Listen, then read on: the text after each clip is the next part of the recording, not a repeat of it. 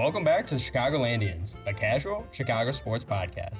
I'm your host, Patrick Cunningham, joined by my co-host, Conor Cunningham. We're two brothers from the Chicagoland area talking about the latest and greatest in Chicago sports news.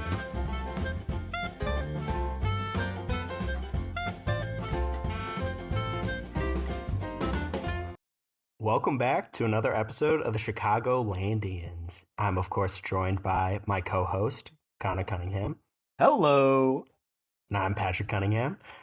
In today's episode, we're going to be talking about the Bears offense. We're going to be going through each position, yes, even the linemen, breaking down the depth, analyzing each player, kind of giving our thoughts on our strengths and weaknesses of our offense. Before that, we're going to go over some quick highlights of NFL news and some general Bears news. It's been a little bit slower of a news cycle up until the draft. I feel like we're all just kind of waiting for draft night for some news to pick up. But there are some stories. Some of the Bears stories are a little less exciting. But yeah, let's just jump right into it. So.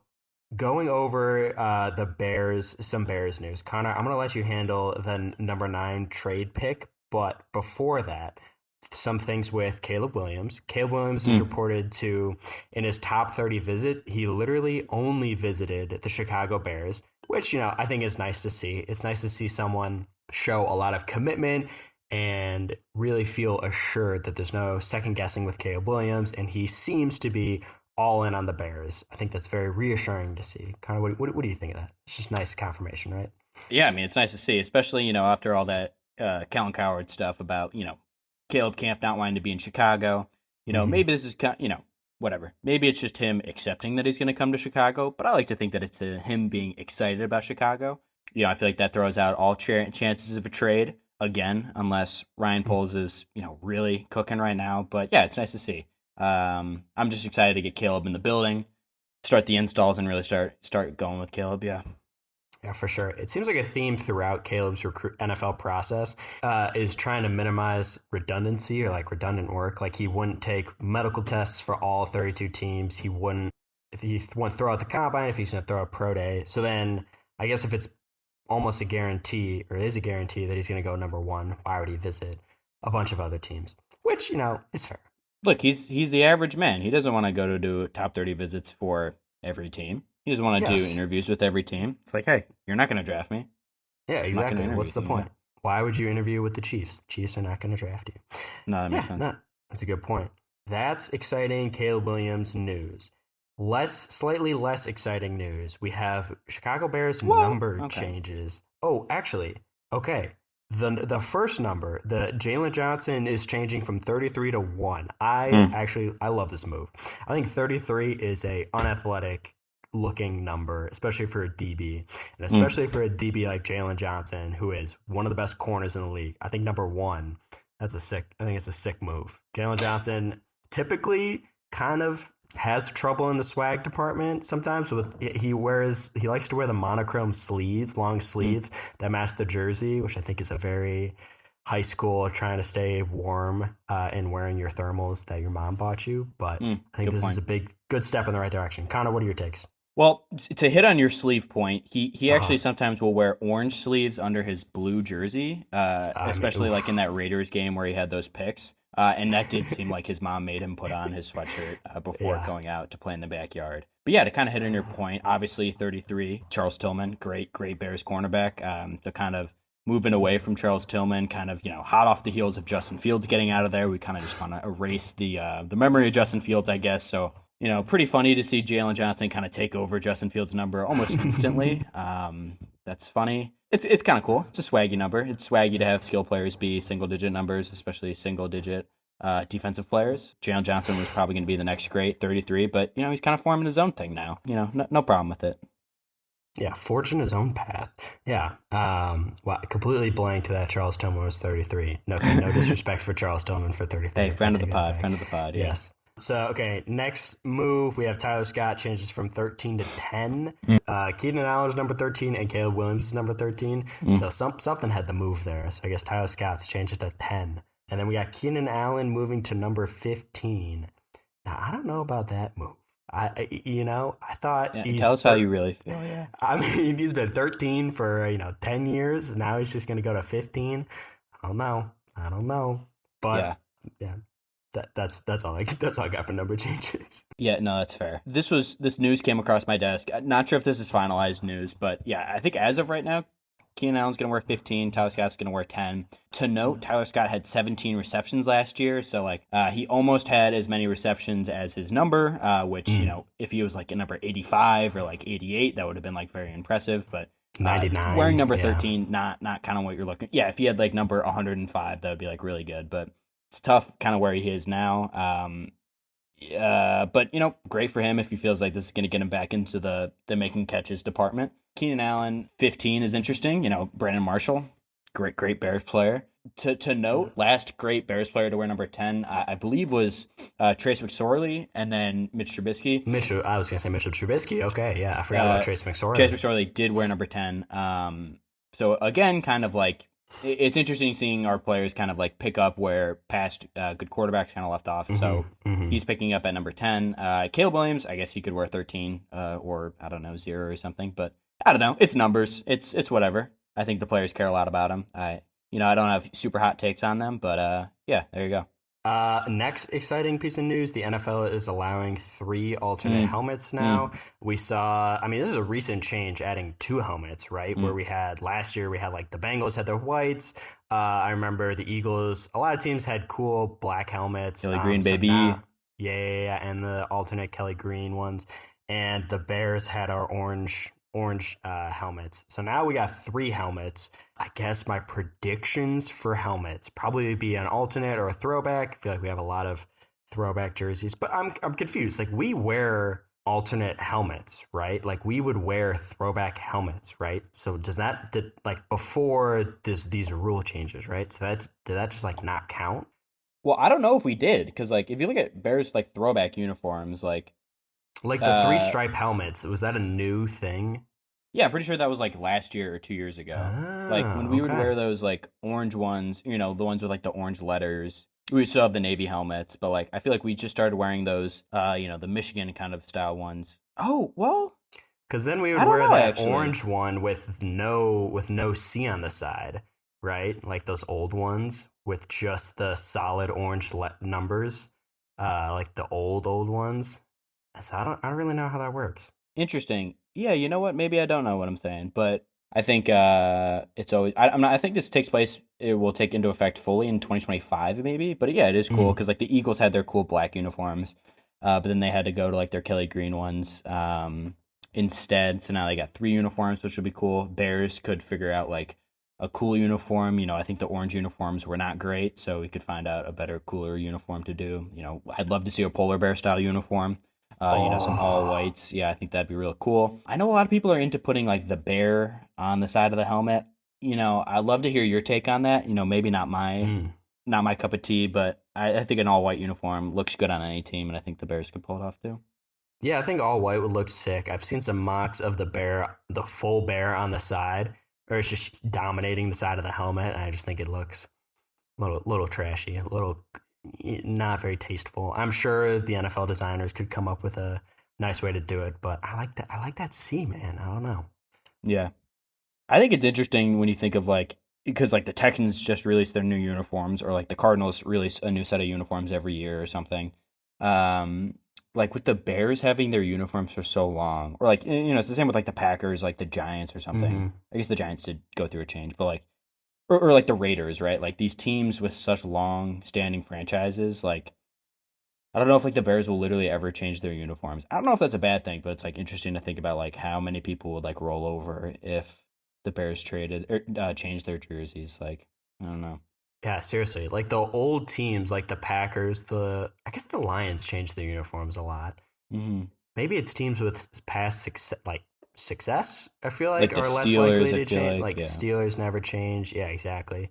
And then the Raiders. Yeah, I feel like I've looked up Raiders alternate uniforms, and people say that black and silver is never going to change. It's But yeah, classic, that is baby. interesting. And then our last piece of news that I think is a little more exciting, I think hand it over to Connor, is the Bears, per Bleacher Report, are likely to trade that number 9 pick. Connor, you want to elaborate a little?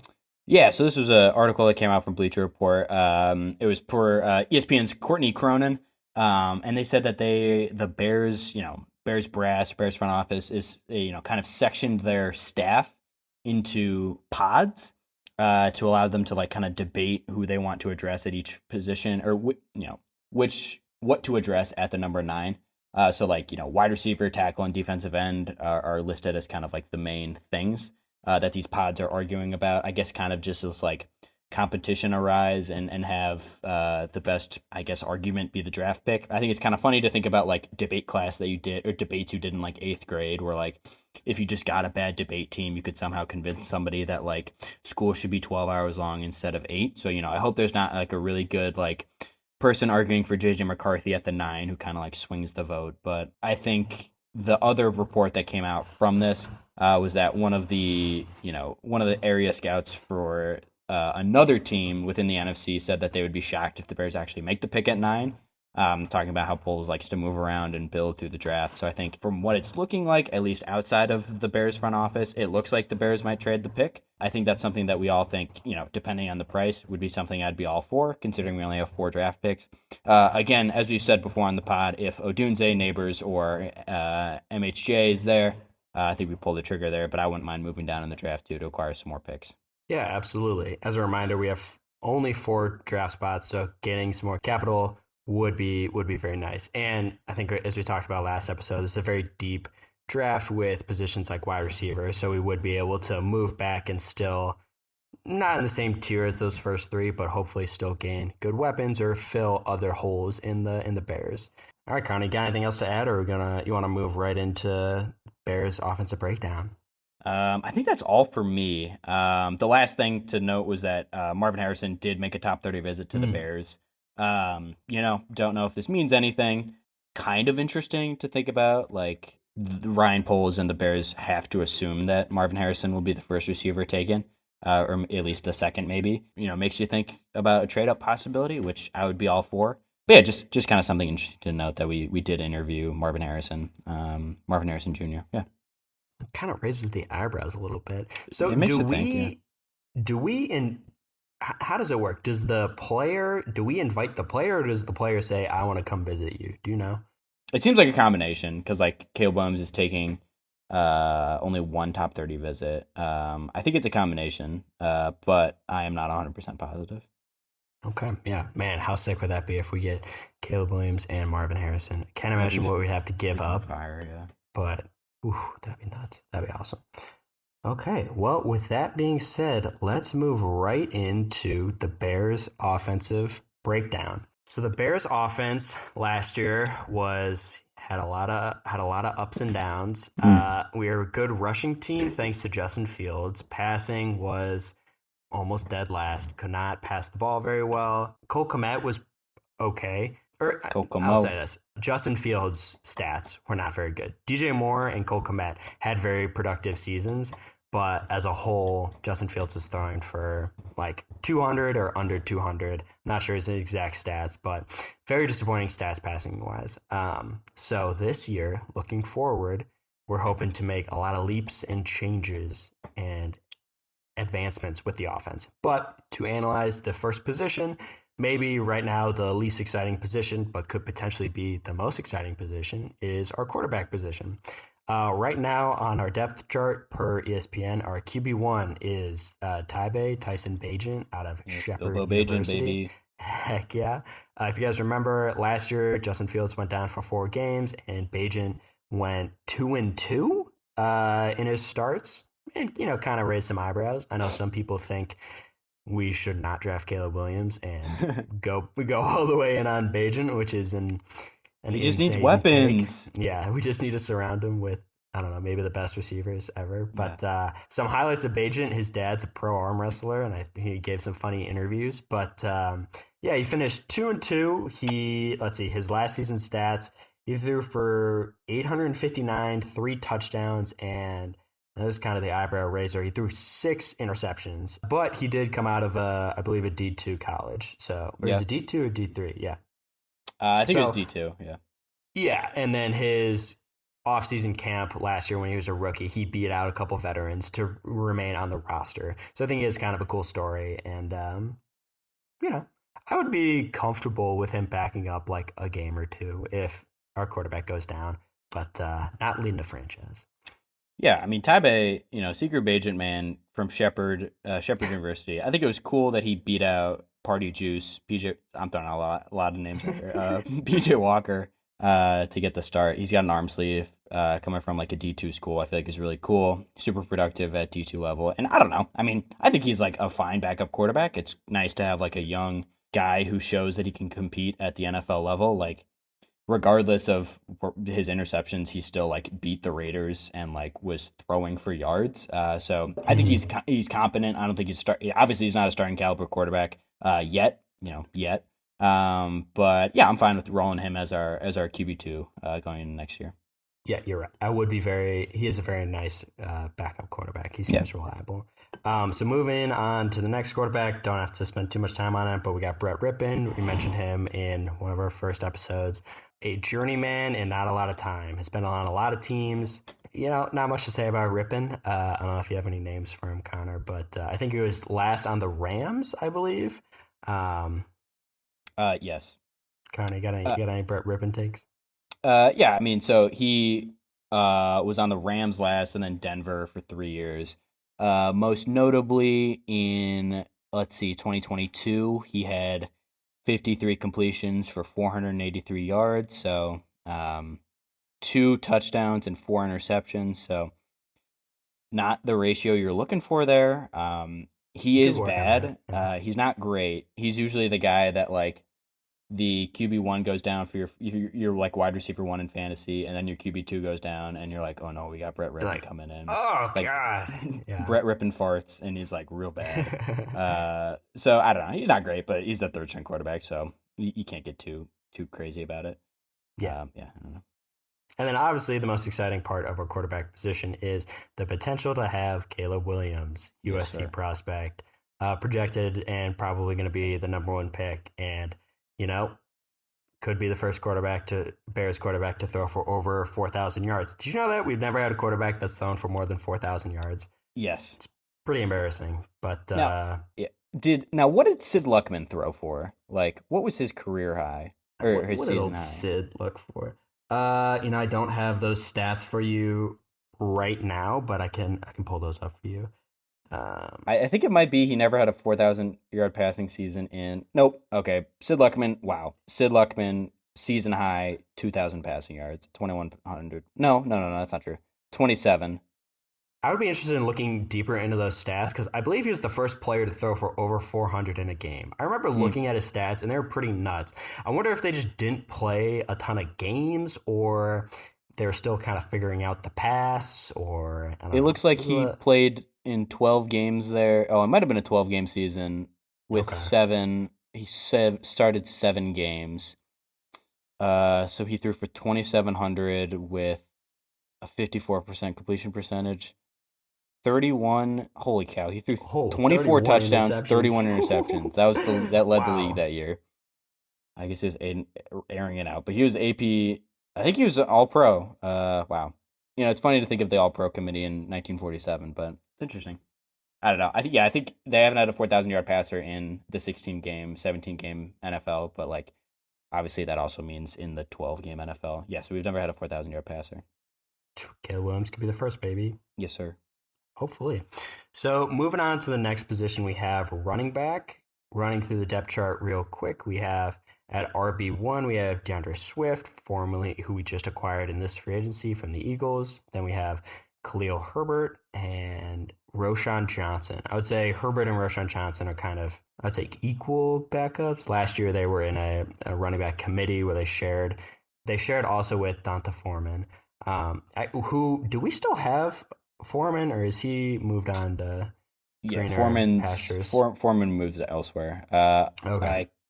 So to break down first with DeAndre Swift, as I said before, we just signed him in free agency. We signed him for 3 years, 24.5 million with 15.3 million guaranteed. And DeAndre Swift is a very versatile running back. He can pass, he can catch the ball. He can't pass. He can catch the ball, run the ball, inside, outside zones. He can take screens. He's shifty and elusive, but also has a lot of power and can run and truck people over.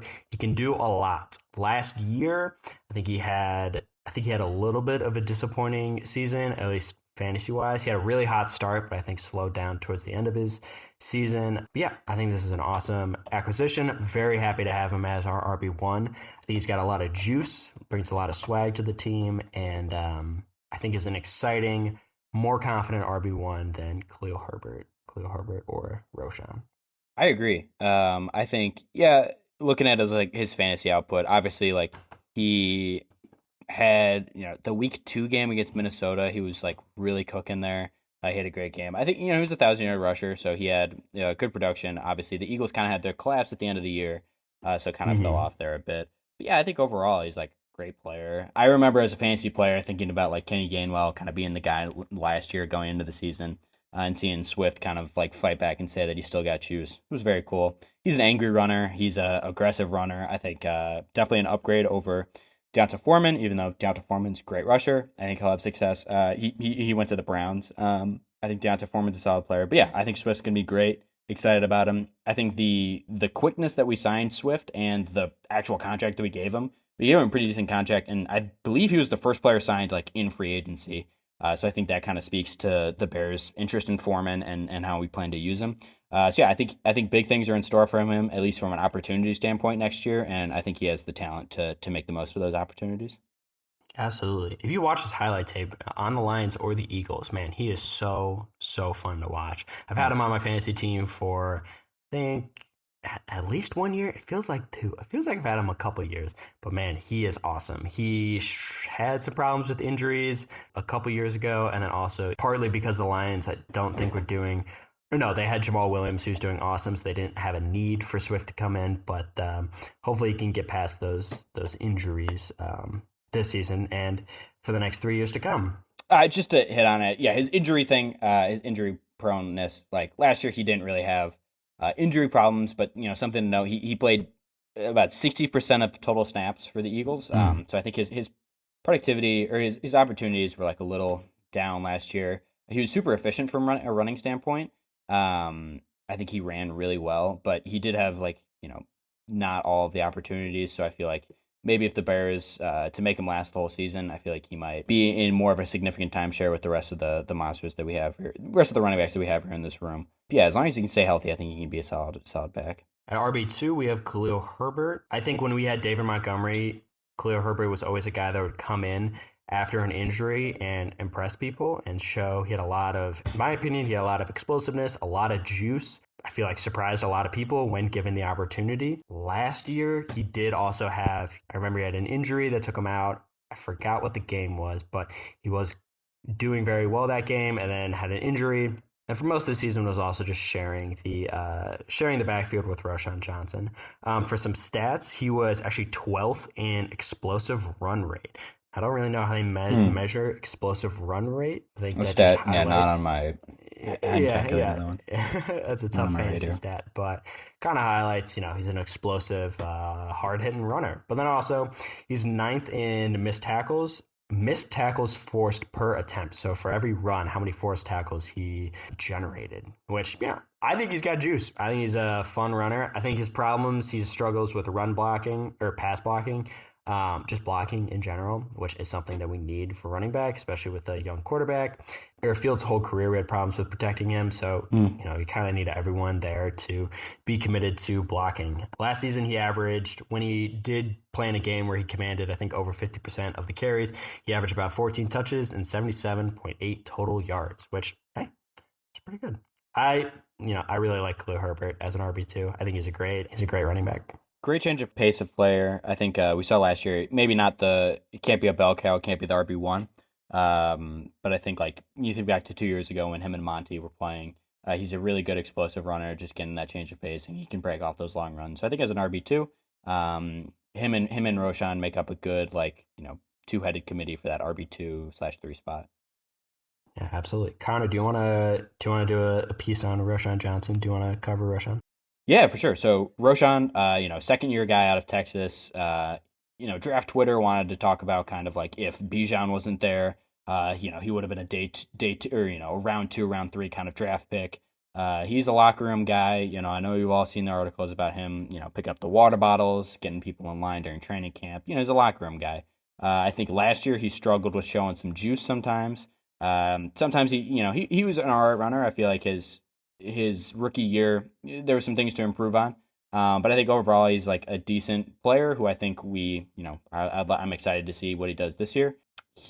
Let's see, so 46th in explosive run rate. So compared to Khalil Herbert's ninth, I think that kind of speaks to the juice that he has, or kind of he's still finding his NFL juice right now. And I think overall his production like wasn't great last year, but I think he could slide in as kind of like a guy who gets productive or meaningful touches this year. Second year guy. I think jury's still out on how he is as a producer. Yeah, absolutely. I think at Texas he was known for having a great ability to break tackles and get past the first line of defense and make a lot of people miss. But then, yeah, in the NFL, his first year, he had trouble translating that. So as we said, 46 in explosive run rate, also 49th in missed tackles forced per attempt, and then also 42nd in yards after contact. Those are all pretty bad. So, there's 32 teams of two running backs per team. That's not very good. But obviously, it's his first year. Hopefully, he can grow and become a great RB2. Or great like change of pace. Hopefully, a good depth beast. Yeah. Moving on to the wide receivers. Wide receivers is another very exciting. This is an interesting one. Very exciting aspect of our offense where we've made some acquisitions, and our wide receiver room has really transformed within the last 2 years. So it's very exciting. Obviously led number one by DJ Moore, who we acquired last year thanks to the trade with the Panthers for the number one pick. And his first year with the Bears, he had career high numbers. DJ Moore had 1,364 receiving yards and 8 touchdowns in 2023. He also demanded a huge chunk of our receiving pie. He had commanded a 29% target share. And then, this is an interesting stat, 43% of the air yard share, which is something I feel like I haven't heard a lot. But how do you interpret that stat? It's air yards. Is that like literally when you throw the ball 20 yards, that's an air yard? Or if you catch the ball at 10 and then run 10 more yards for 20 yards, is that? I would say it's like where the completion is. Because, the yards through the air. Because DJ Moore is really good at, obviously, his after the catch play is like exceptional. Yeah. But so I feel like it's the actual air yards. I think DJ Moore is criminally underrated. I feel like he's disrespected a lot. Didn't make the Pro Bowl. I think last year we had a lot of good receivers in the league, but did not make the Pro Bowl last year. I feel like has been subject to poor quarterback play his entire career. And in spite of that poor quarterback play, still thrives. I'd say it's similar to like old or former Allen Robinson, who played for the Jags, and then the Bears, despite having poor quarterback play, could always really, really find production. So I love DJ Moore. I think he's a monster. Yeah, as you said, Connor, his run after the catch, once he catches the ball, he's very much like a Deebo Samuel. He can make a lot of stuff happen, make a lot of people miss, and gain those extra yards. Yeah, he's so good after the catch. He's such a beast. Unlimited swag. 1,300 receiving yards last year for a Bears offense that ranked. Per teamrankings.com, we ranked 27th in passing yards per game. We were a terrible passing team. We passed almost the least amount in the league, and for him to have over 1,300 receiving yards, he was wide receiver 6 in I think half PPR fantasy. He's a stud and he's a great player. That Poles trade literally is made us such a better team. I love DJ Moore. Yeah, everything has been better since that trade. It's set the foundation for all of the good things that are happening now and to come. So backing up DJ Moore, we have Velus Jones Jr. We took him. This is his third year, correct? Right? This is his third year entering the league out of, I believe, Tennessee, right? Yep. When we drafted him, he was old. He had been through a lot. His college career, been to a lot of different schools. It was an older soul, but came into the NFL as a very explosive burner guy. So it's like doesn't really matter if he's old, if he can run well, whatever. And then has kind of been, certainly been disappointing, I would say, his first couple of years. Special teams work also struggles to catch the ball on punts. But once he has the ball in his hand, he is very fast and is a pretty good returner. But it's just that middle part where catching the ball. Kind of got some funny things about Vios. Yeah, the show doc producer wrote in, his nickname's V12, played like a, V12 played like a Toyota Camry, played like a Prius last year. So didn't have the greatest game. If they could invent a helmet that had like sticky tack on the face mask, I think he could like be a much more productive player. Because he kind of like tried to catch it with his face mask a lot, but it's okay. He notably played 6 seasons of college football, so he came in like when he was 25 or 24. So he started at USC in 2016, and then graduated from Tennessee in 2021. So he was kind of just taking his time, making sure he kind of had everything, all of his ducks in a row. To put that in perspective, I don't know. Amari Cooper is 29, and I think has played in the league for 14 years or something. So, he is so old for the lack of production that he has. But he is fast. He had a great 40. I think it's one of Ryan Poles' not great picks. Yeah, you don't want to. I feel like you never want to bash Poles or say some of his moves have not turned out. Obviously, like the Chase Claypool trade, it's not really worked out. But hopefully Vilas. We'll see. Hopefully he could be a fantastic returner. So then moving on to the wide receiver 2 position, we got, it's not really fair to say wide receiver 1, wide receiver 2. I'd say DJ Moore and Keenan Allen are basically, it'll be interesting to see how it works out, but I would not put one above the other. Yeah, 1A, 1B, definitely. Connor, I'll hand Keenan Allen over to you if you want to talk about him. Yeah, for sure. So yeah, 1A, 1B, maybe even like 1A, 1A. You could argue Keenan Allen could be like the wide receiver 1 for this team. He had almost the same production as DJ Moore last year. Keenan had 1,200 receiving yards last year, so not as many as DJ Moore. But, he had a super productive season in less games than DJ Moore. He's still got a lot of productive years left in him. I think he's a stud. He's a big body guy who doesn't rely on his, not a burner, but I think he's a great route runner and can make really good, physical catches. Last year was literally his best year of his career on limited games. So he shows like, no signs of slowing down as long as he can stay pretty healthy. And I think he's been able to stay relatively healthy for most of his career. 8.3 yards per target and 32% of the target share last year on a team that included Mike Williams and Quentin Johnson is like a decent target share for a pretty high-powered like passing offense. I think his style of play, again, not really being a nice like volume receiver who can get like a ton of receptions in a game. He's a nice guy that I feel like Caleb Williams can kind of lean on, where he can give him like 12 to 15 targets each game and rely on him like catching the ball, being safe with the ball. He's always a safe target. I think acquiring him for a 4th round pick was like an awesome move, regardless if we have a limited amount of draft picks. I think acquiring Keenan Allen was like the perfect move for Poles to do, to give Caleb Williams or whoever quarterback is the tools that he needs to have a reliable veteran receiver. Super pumped about Keenan Allen. I think he's going to be a stud. So I was reading some stuff about Keenan Allen and his injuries, and I feel like people like to maybe overblow some of his injuries. Yeah, I think before the last 2 years, he had an injury in 2022 and then 2023. But before that, I think his last injury was like in 2016. Yeah. Not had a lot of problems with injuries. And then in 2022, honestly, both years, the Chargers are not very good, right? So I think had the Chargers probably been in playoff contention, Keenan Allen could have toughed out some of those games. I think another thing you have to talk about with Keenan Allen is he's 32 years old. So people have those concerns about his age and maybe his kind of making his exit in the league or his decline. But to those people, we could point to, like Connor said, like you said, Connor, his last year was literally his best year as a receiver before he got hurt. He was on track to be, just an absolute stud. Yeah, 1,300. What were his stats? Just unbelievable. I think, yeah. And then specifically with Keenan Allen, like we touched on, he's a volume receiver that is a good route runner, that his style of play ages well. It's not based on his athleticism. It's based on his ability to create space and create separation with great routes. So I think it will translate well as he gets older, and it's not just going to be like one season, boom, he can't do anything because he's too slow or can't jump as high. In week 3 of last season, he had 20 targets, 18 catches.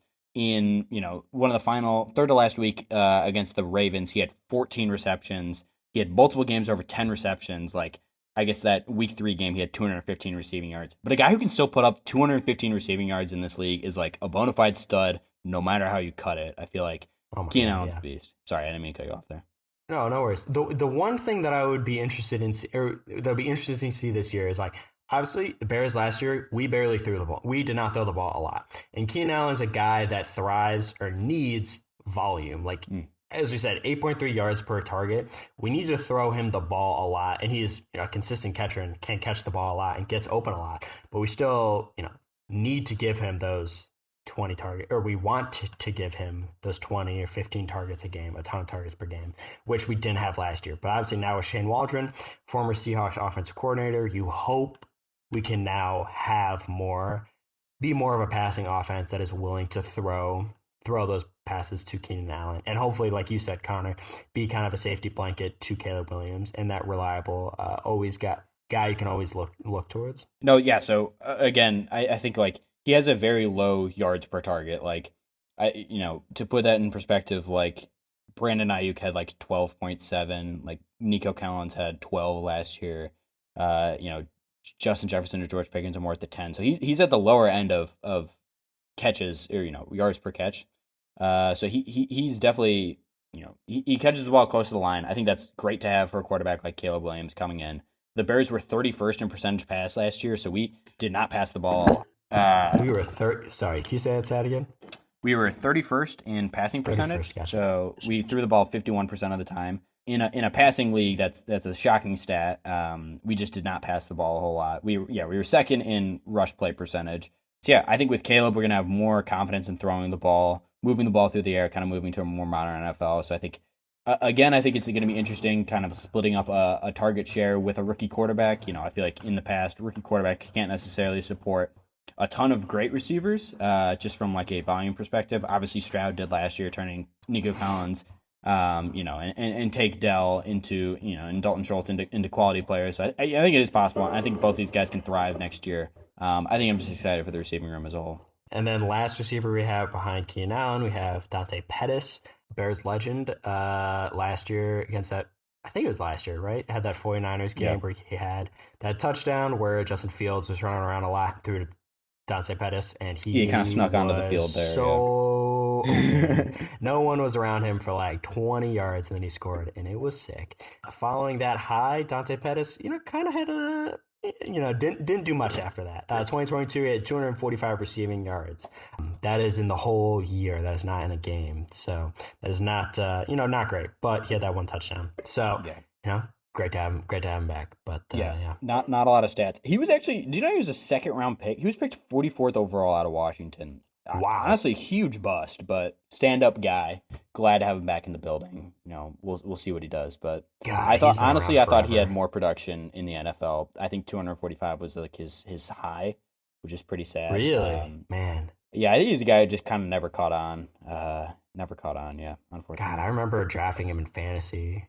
Yeah. Not last year, obviously, but earlier. I think he used to be a sexy pick, I feel like, for a breakout. Exactly. 100%. And then finally, we got, the last two receivers I'll highlight, Tyler Scott and Colin Johnson. Tyler Scott, not a great wide receiver 3. I think that's something that we're looking to address in the draft, is that wide receiver 3 position. I think he was he did return punts for us also, right? Don't have a ton to say about Tyler Scott or Colin Johnson. Okay. I would hope to add some more depth at receiver. Connor, you got anything? I think it's nice to say that our wide receiver 3 is like our wide receiver hole that we have right now. For sure, yeah. Obviously great, considering like 2 years ago when Mooney was like our wide receiver 1. Oh my gosh, or last year when 2 years ago when Mooney was like our wide receiver 1. It's like to where we are now is great to have like Tyler Scott be our biggest hole. And obviously Tyler Scott's like young. He's going to be his second year, so like obviously he can still turn into a good receiver. But obviously I think if we were to address in the first or second round with a quality receiver, or the first round or the 75th. If we could get a receiver, I would like that. Show Doc says Colin Johnson. The notes producers put in, we went to high school with a guy named Colin Johnston. We ran track with him. So, different guys. Per review, different guys, but Yeah. something to note. I don't know. Yeah. No, that's a good point, Connor. Not the Colin Johnson, the other thing, but Well, the wide okay. receiver 3. It's like, you think about NFL teams and you think of wide receiver 3s that are dominant. It's like, not many teams have three superstar receivers, right? Mm-hmm. You think of like T. Higgins, Jamar Chase, you have Jalen Waddle, Tyreek Hill, the Chiefs. I wouldn't say they have any 3 dominant. Chiefs are full of wide receiver 2s, I feel like. Yeah. Right, exactly, right. So, having a stud wide receiver 3 is certainly not a necessity, especially when you have great tight ends and then good running backs. So I think that's maybe a selfish opinion by me to try to get another stud receiver. And then honestly, if you have 3 like stud receivers, that might just be too many cooks in the kitchen. Yeah, I agree. It's not like a Madden roster that you're forming or like an Ultimate Team roster where you have 3. And obviously in a perfect world, like it'd be great if you had like Justin Jefferson, Jamar, and Tyreek Hill on the same roster. Like why would that be worse, right? If people weren't arguing about like target share or something. But I think like wide receiver 3 is like, especially with a good quarterback, can turn the wide receiver 3 from a talent perspective into a more productive receiver. Like, Tank Dell is obviously very talented, or Nico Collins are very talented, but like some wide receiver 3s can just become productive because of the offense that they're in. And I think Tyler Scott could be the same way, where he could get like just produce from an offensive perspective. But yeah, if we could upgrade the wide receiver 3 position, I would have no complaints around that, especially looking at other holes in the roster. I think wide receiver 3 is something that we could address in the draft. For sure. And then obviously Keenan Allen being 32, old, maybe on his way out, finding another replacement for a younger guy would be awesome. Yeah, I mean, look at the Chargers receiving room. Like last year, they're like, wow, Mike Williams, Keenan Allen, and Quentin Johnson. Great receiving room. And now literally It's just Quentin Johnson left holding the bag, who like sucked last year and is struggling now to catch the ball. So like I feel like wide receivers, you can never have enough of them, never have enough good pass catchers as long as you can hold on to them. I think like it sometimes is a luxury pick, but with the way the league is right now, it's like almost never a bad decision to try to take high quality receivers in the draft. 100%. That's a great point. Okay, so moving forward to tight end, we got tight end number 1. We got Cole Kmet. Cole Kmet, I think had a little bit of a slow start his rookie season, but since then, it's honestly been pretty good. Last 3 seasons, he's had 612, 544, and 719 receiving yards. And this is all, I feel like all of any of these receiver stats, you have to put into context that the Bears, the last 3 years, finished 25th, 32nd, as in the worst, and 28th in passing yardage. So just to find receivers that, despite the Bears not throwing the ball and having terrible passing yards, still being able to be productive and have 700 receiving yards is very, very good to see. Is very great to see. 2023, he had 73 catches, which I think was a career high for him, and also 6 touchdowns. And in fantasy, finishes the tight end 8. I love Cole Kmet. I think he's awesome. I think he surprises me all the time. I think he's a stud. I think great Chicago guy, or seems like he loves the team. Was always very supportive of Justin Fields. I think he's a great teammate, and I just love Kmet. I love Cole. Yeah, I mean he's a Chicago area kid. I think he went to St. Vitor. Like he's a local kid. It's super cool. He went to ND, which we can look past, but I think he's a great player. He's a man too. Like that Saints catch he had last year from Tybee, like he can make athletic catches at this point. I feel like he has developed into a really good tight end. I still think he could have he still obviously hasn't had like a otherworldly breakout, but I think Cole Kmet has turned into like a certified stud, and I'm glad we re-signed him to the long term. I forgot in 2022 he had 7 touchdowns. Like last year he had 6, but the year before he had 7. So he scores a lot. But I think at this point he's turned into somebody that I really like on the roster. I feel like Cole Kmet had a couple multi-touchdown games. God, I swear one game he had like 3 touchdowns. I just remember keep seeing that home run baseball bet. Yeah. But moving on to tight end 2, one of our recent signings in free agency, we have tight end Gerald Everett, who again is coming from the Chargers offense. Quick aside, Chargers offense right now losing decimated. Gerald Everett, Keenan Allen, Mike Williams, right? And then Austin Eckler.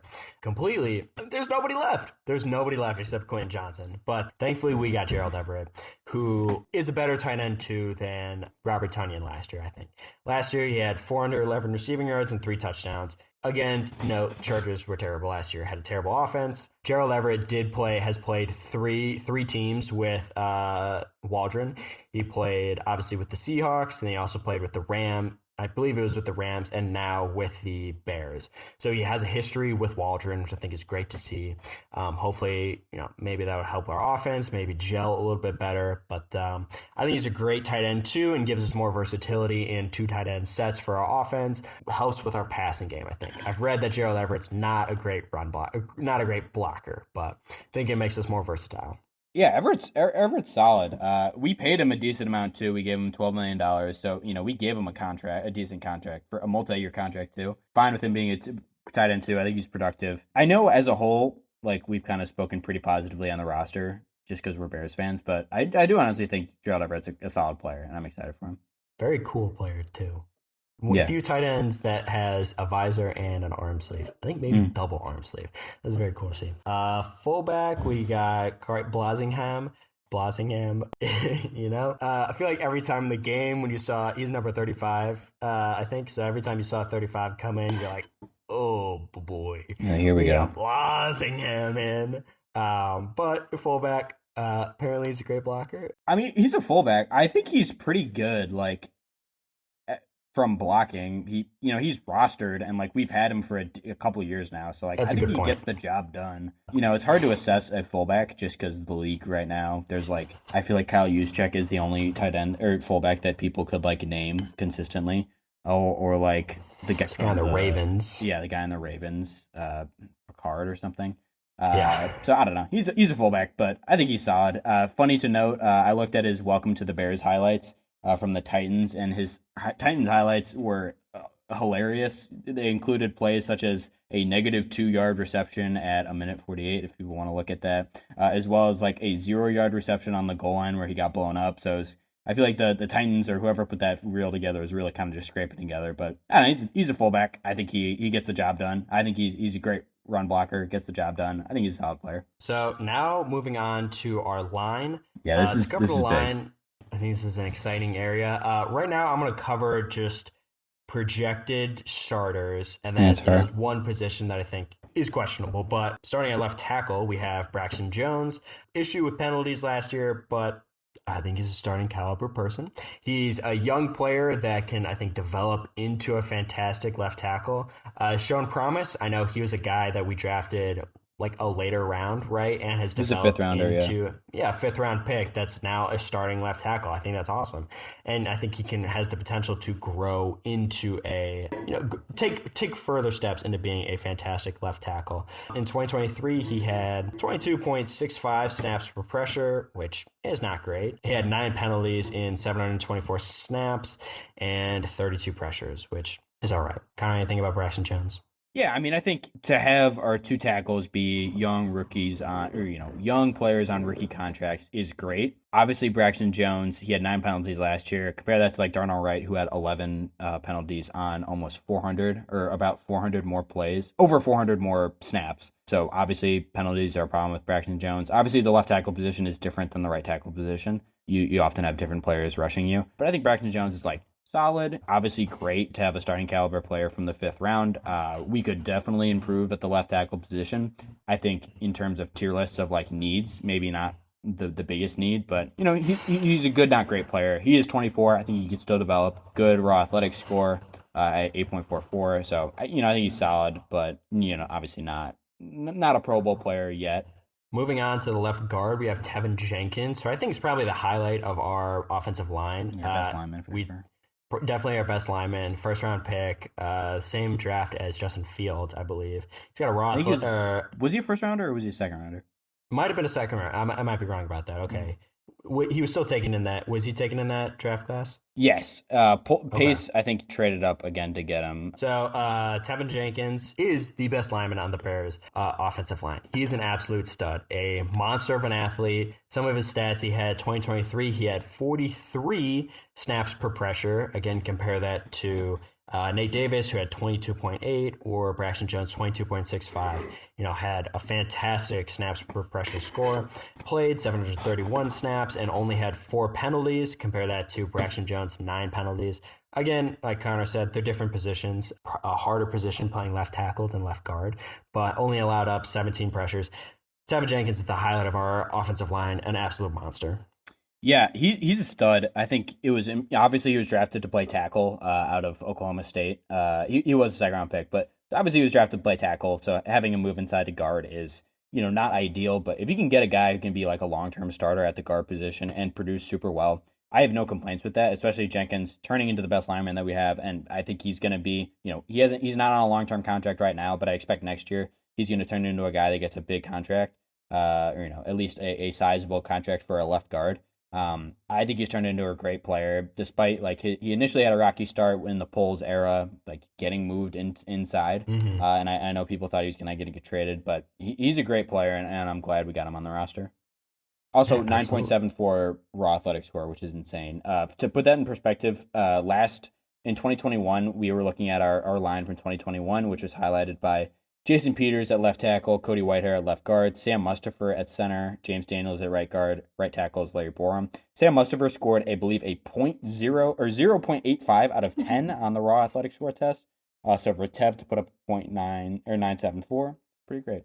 Jason Peters, I believe, is also almost 40 years old. Yeah, he's like 40. He was on the Bears. Insane. Moving on to our center position, we have Coleman Shelton. The center position is what we've been doing a lot of work on in free agency. We've signed Coleman Shelton from the Rams. He was the Rams starting center last year. He played over 1,000 snaps. I believe was also on the Super Bowl team, if I'm not mistaken. Seems like a pretty good center. The other center we have is Ryan Bates from the Bills. I don't really think there's going to be competition between the two. I think it's Coleman Shelton is going to be our starting center. 28 years old, 22 in 2022. He had 65 snaps per pressure. Seems like a great center. I think we probably still, probably not one of the best centers in the league, but I think he's a great fill for right now. Yeah, I think he's definitely an upgrade at the center position. He signed to a short-term contract, so I do expect us to still try to draft a center just for the long term. But I think he's a great player. Yeah, he has Super Bowl experience. Obviously, in 2022, he played great. I think he's a solid player who can fill in well for the center position over Lucas Patrick. I think he'll be good. Right guard, we have Nate Davis. I think Nate Davis is maybe the biggest question mark we have right now on our line. It seems maybe like the weakest link that could be filled by... You are the weakest link. Yeah, by Ryan Bates. Nate Davis, he had a lot of penalties in 2023. He had 6 penalties on 663 snaps, and then his snaps per pressure was 22.8. It's not very good. He had a very good, I believe he played on the Titans beforehand, right? Where he had, in 2022, he had 48.7 snaps per pressure, and then definitely had a decline in 2023. So I think we're hoping in 2024 to see kind of that previous success he had on the Titans. But in the event that he is not the same guard as he used to be, I think we could bring in, switch him out for Ryan Bates, who is a versatile lineman who can play center and right guard. He's actually signed to a pretty decent contract too. We give him 3 years, $30 million, which is like a pretty decent contract. So he's making 10 a year with almost 20 guaranteed. That actually puts him as the 1, 2, 3, 4, 5, 6, 7, 8, 9. He's the 9th highest right guard in the league, and he didn't really produce that well last year. He dealt with injuries, didn't get on the field a whole lot. So hoping for a bounce back year from Nate Davis. And yeah, Ryan Bates could be in there to compete with him. I think Ryan Bates didn't play a whole lot last year, but had the year before he produced a lot or played a lot. So I think he's a guy who could compete with that spot. I think Ryan Bates is good at like filling in between the interior line. I think he can play all 3 positions. And he's a great depth piece, especially with Nate Davis, like maybe have injury problems again. Yeah, that's what I'd say. The last player that we're going to highlight in today's offensive breakdown is Darnell Wright, who is our right tackle. And he was our draft pick last year. He was Ryan Poles' first round pick selection. I believe we traded back with the Eagles to draft him. Darnell Wright is out of Tennessee. So in 2023, here are some stats. Now, the number one stat that I think is to highlight, he played 1,100 snaps compared to all of the 11,000. other linemen except Coleman Shelton. That is 400, about 400 more snaps than every other lineman we had. The dude played the whole season, did not get injured. Struggled with penalties. I don't even know if it's struggled. I'll say I don't have a full grasp of lineman stats, what's good or what's bad. He had 11 penalties in 1,100 snaps. I guess compared that to Braxton Jones, 9 in 400 less. Seems like Darnell Wright has maybe a little bit better penalties, but still let up 51 pressures and 7 sacks. Had a 22.8 snaps per pressure score. I mean, he's a rookie. I think he has potential to be. He is our second best lineman we have, and I think is going to grow into a fantastic lineman. And just to highlight real quick, in 2022 in college, his snaps per pressure score was 165. That's which is insane. insane after looking into lineman stats. That is insane. And he's 22 years old, so he has a lot of time to figure it out. Yeah. He had a raw athletic score of 9.68. Really fantastic athlete all around. I think he's going to be fantastic in the future. Just, I think some growing pains as a rookie. Yeah, I think Wright's a stud. He had that funny thing in training camp last year where he was apparently doing the wide receiver conditioning drills, which is a funny that's a typical training camp headline, I feel like. But yeah, I think he's great. He obviously a rookie playing right tackle is tough for growing pains. Played a ton of snaps, and as a result, I feel like comparatively had a lot of pressures. But he faced a lot of high quality competition at the right tackle position, and I think overall he held up pretty well. I think he's a monster, like in terms of size and athleticism. He's a great run blocker. I think he's going to turn into I've heard him and Tev be described as tone setters for this offensive line. So I think he's a guy who's going to be on this team for a long time and be a high quality starter. Yeah, and just to finish up, comparing, we already went over it, but comparing the 2021 offense, where we had offensive line, where we had some of the worst linemen in the league, we had probably one of the worst lines in the league. It's nice to see that process is going a little bit slower, but we are slowly building a solid trenches with solid linemen, pieces like Tevin Jenkins and Darnell Wright. Braxton Jones is even pretty solid. I think it's nice to see us drafting high caliber, great young players and building that line. It's great to hear. Connor, do you have anything else to add? We're gonna move into our last segment. No, nothing to add. Just last point to say, funny to see 2021 Larry Borom was our starting right tackle. That's like crazy to look at, I feel like, considering just knowing that it's Larry Borom. Yeah, the bookend tackles of Jason Peters and Larry Borom, that's like a poverty. That's a nightmare tackle situation.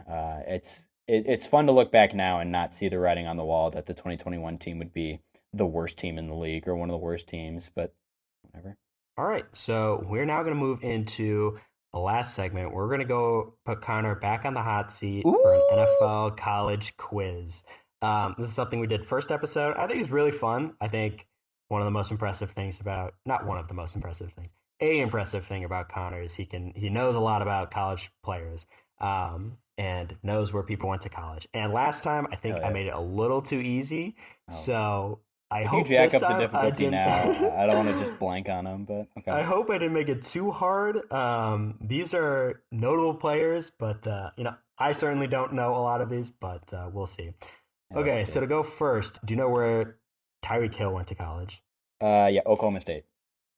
Do you know where he finished in college? Like his last year? Because he went to Oklahoma State and then I believe had to go D3 for various problems. Oh, no. I actually did not know that. I just knew he had the domestic violence issue at Oklahoma State. I actually did not know where he went D3. Where did he go? He went to West Alabama. That's I feel like looking up Tyreek Hill College, you see the red jersey, and that's what you see. Okay, I'm gonna give that one to you though. Oklahoma State, yes. I would have taken also Garden City. He played for 3 colleges, I think. Pretty crazy. Okay, oh wow, that's I did not know that about Tyreek Hill. That's super interesting. Yeah. Do you know where Chris Jones went to college? Ooh, that's a good one. Because I know he had the combine. Can you give me what conference? I'm not the guy to ask for that. It's the college is Southern in the South. Oh, I don't actually know. Man, I'm kind of blanking on this. I'm gonna guess Mississippi State, but I don't Wow, actually know. insane. Is Yes, it? Yeah, that's correct. Mississippi State. Yes. Yeah. Wow. Wow. Way to go, Connor. Yeah. Okay. Do you know where Matt Milano went to college? Boston College. Yes, correct. Yeah. These are harder. These are harder. Yeah, these are harder. Next one, we got Max Crosby. um. I'd be surprised if we got this one. Eastern Michigan. Wow, yes. Yes, correct. Okay, we got two more. The last one, I think, well, we'll see. Do you know where Austin Eckler went to? No. Okay. No. It's tough. It's tough with the Division III. Was he Yeah, D3? no. Was he? Where did he go to college? He went to Western Colorado University. Okay, yeah. I don't think that's Okay. D3, but that's like lower division. That's tough. Okay. Last one. Do you know where Darius Slay went to college? Ooh. That's probably too. That's off my hard. radar. That's off. No, that's gonna be a guess. Where did he go to college? I went to Mississippi State. Okay, I'm Oh, trying to. I'm gaining, or I'm learning more and more about what's a good question, what's a bad question. Well, yeah. I think yeah. No, it's okay. That was all right. Yeah. That was a good quiz though. That was tough. Yeah, it's fun to hear about notable players that are really prominent players like Tyreek Hill and Max Crosby that went to non-traditional colleges. I think it's very interesting, very cool to learn about. Yeah. Okay, Connor, do you have anything else to add, or we're gonna wrap this thing up? No, I don't have anything else to add. I think it was a great pod. Thank you to the listeners for listening in. Great pod. Excited for the next one. All right, that'll do it for another episode of the Chicagolandians. Thank you, as always, for listening in. If you'd like to stay connected with the Chicagolandians, you can now follow us on YouTube at the Chicagolandians and Twitter also at the Chicagolandians. Just look up Chicagolandians and you'll be able to find us. We're trying to grow those followings. But yeah, that'll do it for this episode. As always, bear down, baby. Bear down, baby.